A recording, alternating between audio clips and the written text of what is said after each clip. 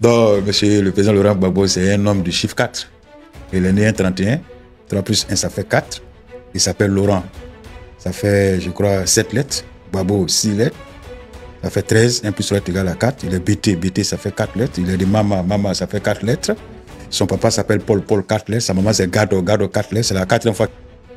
Et la démocratie, je crois que c'est la... Elle n'est pas parcellaire. C'est un tout. C'est la pure expression, vraiment, je veux dire, de la liberté. Normalement, la démocratie commence par le respect de la liberté individuelle des uns et des autres. Tout à fait. Hein, tout en respectant aussi les lois en vigueur. Je le dis et je le répète, monsieur Guillaume Vergès, pour ceux qui nous suivent depuis, en football, on peut se permettre certaines choses. Parce qu'on s'entraîne, on vient, et puis bon, on peut gagner 4-0, 3-0. On dit les jeux ne se lèvent pas bagage, mais quand c'est lourd, ils connaissent. Ce n'est pas un proverbe pour étayer ce que je veux dire, mais je veux dire, et je le dis, en politique, chez nous, au Dromé, quand ça est dans un de nos articles, on ne fait pas de passes à l'adversaire, on ne fait pas de crochets intérieur, extérieur, devant, je veux dire, un joueur redoutable. À plus forte raison, donner pénalty à un adversaire. Voilà, donc ce sont ces 3 éléments que généralement un parti au pouvoir, il ne dit pas forcément en Côte d'Ivoire, voilà, parce que nous, on regarde un peu ce qui se passe partout, voilà, c'est ce que les gens évitent. Alors, j'étais à l'aéroport quand le président Laurent Gbagbo a signé son retour en Côte d'Ivoire. Après avoir été acquitté, il était allé en Belgique. Et puis bon, moi j'étais à l'aéroport. Le rêve qu'il avait fait de le voir retourner en blanc, et moi en blanc également à l'aéroport, ça c'était en 2012. J'avais expliqué ça à des personnes. Et c'est ce rêve qui s'est réalisé. Alors, mon amitié pour Laurent Gbagbo, ce n'est pas une amitié politique.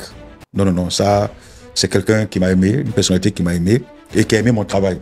Parce que c'est au moment où il était au pouvoir que l'humour a connu son ascension. Ça, il faut que je vous le dise. Il aimait lui aussi faire rire. Et la Côte d'Ivoire aussi traversait des moments difficiles. Et tous les spectacles qu'on montait pour, je vais dire, donner un peu de joie aux Ivoiriens, le président appréciait cela. Donc, depuis qu'il n'est plus au pouvoir, on a gardé cette amitié, ce rapport humain. Et je l'assume, comme je l'ai toujours dit. Et chez nous, on dit que la reconnaissance est un devoir moral et spirituel. Donc je lui dois beaucoup, il lui souhaite longue vie dans la santé, lui et tous les membres de sa famille. On va s'essayer au petit jeu de Yuruku. Oui. Il est né le 30e mai 1945, il a 80 ans. 30e mai 1945, ça donne quoi par rapport au Yuruku? Donc, monsieur le président Laurent Gbagbo, c'est un homme du chiffre 4. Il est né un 31. 3 plus 1, ça fait 4. Il s'appelle Laurent. Ça fait, je crois, 7 lettres. Gbagbo, 6 lettres. Ça fait 13. 1 plus 3 est égal à 4. Il est BT. BT, ça fait 4 lettres. Il est de Mama. Mama, ça fait 4 lettres. Son papa s'appelle Paul. Paul, 4 lettres. Sa maman, c'est Gado. Gado, 4 lettres. C'est la 4e fois qu'il part en prison. Il a fait l'AE. AE, ça fait 4 lettres. Bon, je vais m'arrêter là parce que sinon c'est long. Et le chiffre 4, vous savez que c'est le chiffre, ce sont les piliers, les 4 piliers, le socle. Donc, vous voyez un peu ce qui représente pour son parti. Voilà, c'est un peu ça. Mais pour sortir un peu de l'aspect politique. Là, le président Laurent Gbagbo, dont vous avez parlé tout à l'heure, sera en meeting ce samedi 16 août à Yopougon.